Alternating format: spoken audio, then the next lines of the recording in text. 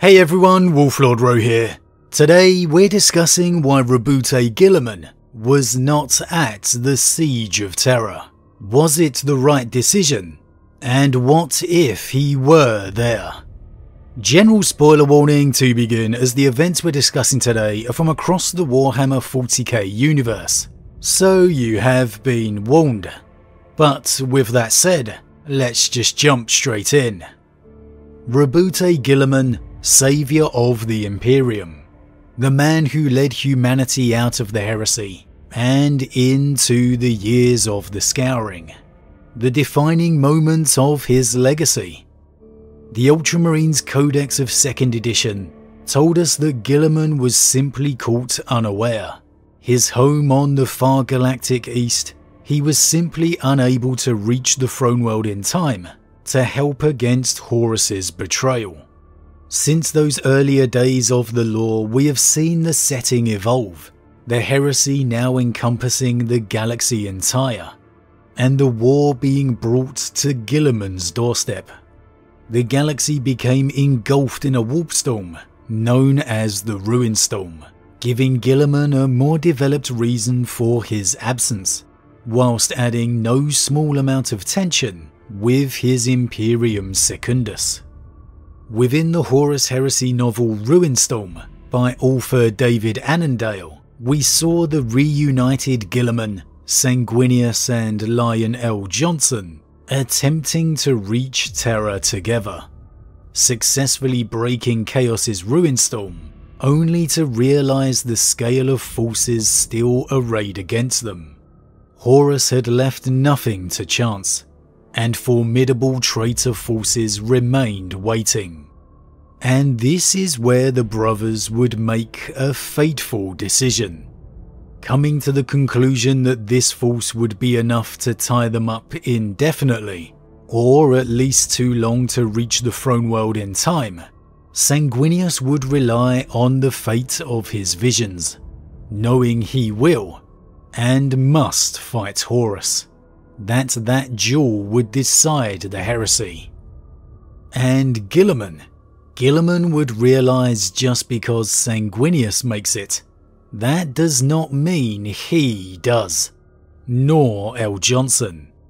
And Sanguinius could only confirm he had never seen either brother within his visions, seemingly giving credence to Guilliman's mindset. So here Guilliman makes what in truth is a great personal sacrifice. He suggested that he and the Lion tie up the traitor forces, to give Sanguinius and his Blood Angels a chance of slipping through the net. Surprisingly, L. Johnson didn't object, instead agreeing, stating his intention to draw away what forces he could by threatening their traitor brothers' homeworlds. So this would be the fateful decision why Guilliman and the Lion would not be at Terra. They would make the sacrifice of their own journeys to give Sanguinius a greater chance of making it through. Guilliman would be the battering ram, and L. Johnson the vengeance. And again, we can't overlook how big a sacrifice this is. Neither of the brothers could ever envisage not being by their father's side. Guilliman in particular seemed very pained by the realisation he wouldn't be there. Perhaps the regret of Secundus shining through. So it makes the offer to his brother even more profound, and particularly sombre, as Sanguinius had shared the fate of his visions with his kin. They knew that most likely they would never see Sanguinius again. And so that was not only why Guilliman and the Lion were not at the siege, but also their farewell to their brother. Now, was this decision right? Was Guilliman right to cede his own attempts for Sanguinius? Would the siege have fared differently if Guilliman were there instead? Well, as always before we continue, this is only going to be my opinion. You are free to agree or disagree, that's the beauty of the lore. We all see and interpret things differently. As always, drop your own thoughts in the comments below. Now, with that said, it's hard to argue Guilliman wasn't right to do whatever he could to help the angel, because all we've ever known is Sanguinius' sacrifice.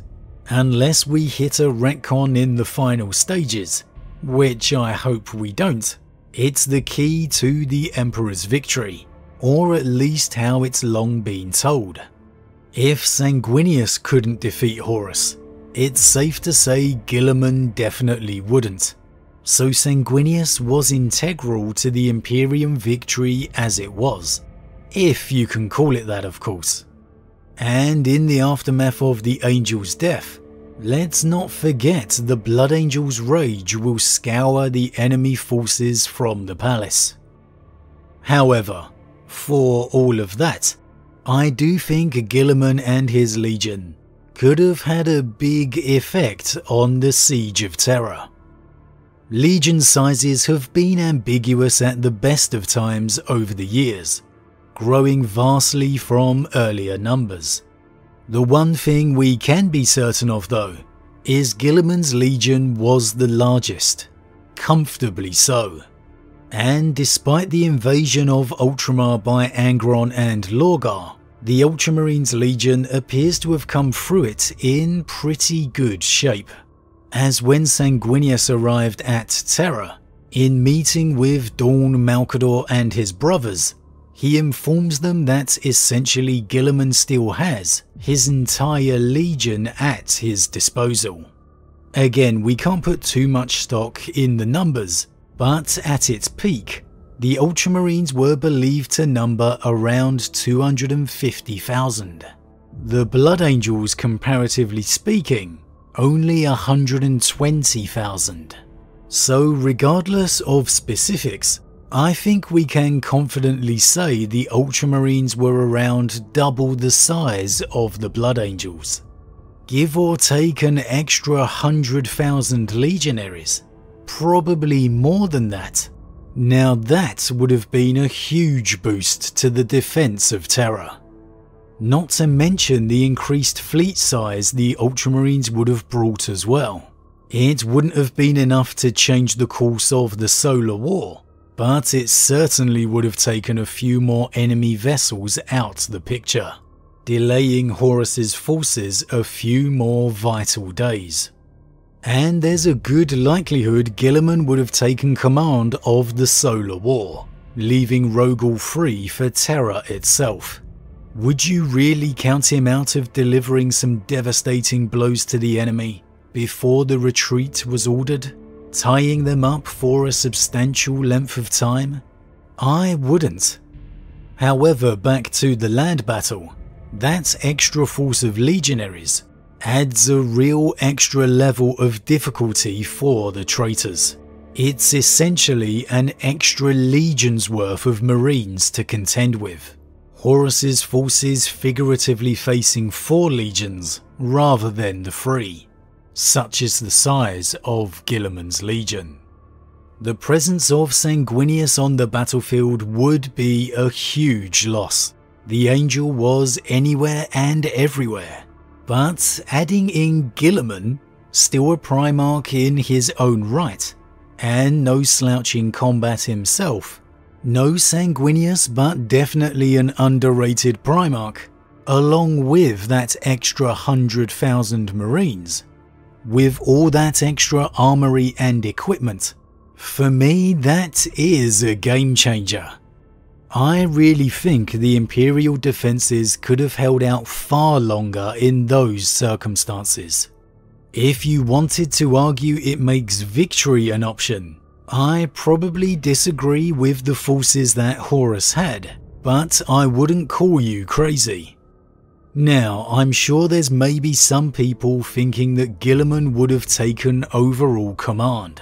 And Rogel has certainly implied he is only Lord Commander in Guilliman's absence, which makes sense considering the vast size of Ultramar in the Heresy, far bigger than the 40k era.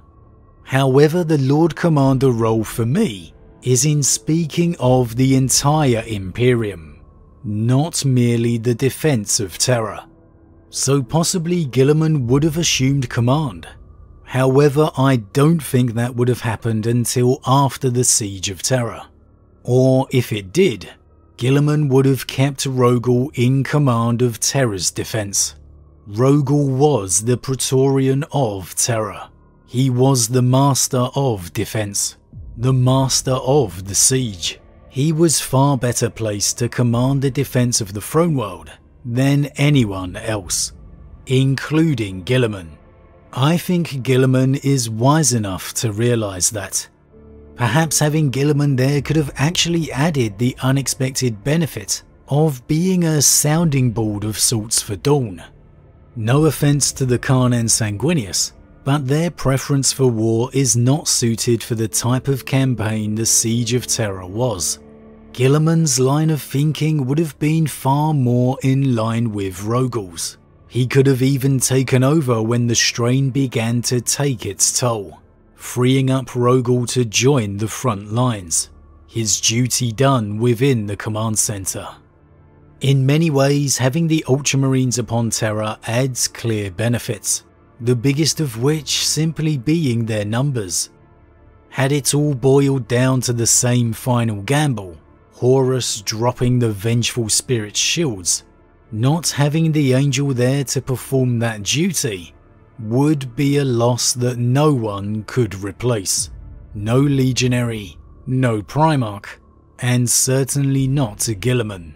So the Angel's absence in the end could be as equally disastrous as all the advantages Guilliman's presence may bring. It's a what if answer we'll never know. Perhaps we'll consider what if L. Johnson was there instead another time. I think for me, perhaps the biggest irony of all is that Guilliman's Legion alone would break the blockade. It took him time, longer than Rogel hoped, but he did break it. Did the Lions campaign of vengeance truly pull forces away from that? Or could they perhaps have arrived far quicker had they just remained united? Could they have smashed through it entirely had Sanguinius stayed with them? Perhaps that fateful decision between the three brothers to do what they could to get the Angel home, rather than save their father, consigned him to the Golden Throne. But as always everyone, what do you think? What do you think of the three brothers' decision to get Sanguinius through the blockade at the expense of Guilliman and the Lion? Has history proven it to be the right decision? Or maybe should they have attempted to send another brother instead? What do you think would have happened if Guilliman had made it through, rather than the Angel? And what would have happened if the three brothers had stayed united? Would the combined force of the Blood Angels, Ultramarines and the Dark Angels led to them breaking through the traitor forces in record time? Would Rogel and Jagatai been able to hold out for that long? As always, leave your thoughts in the comments below, I love to read them. Huge thank you to all my subscribers, your support truly means a lot to me, it really does. If you're new, please consider subscribing to help the channel grow. And if you enjoyed this particular vid, then why not drop a like on it too. With that said, I am off, and I'll see you all again real soon.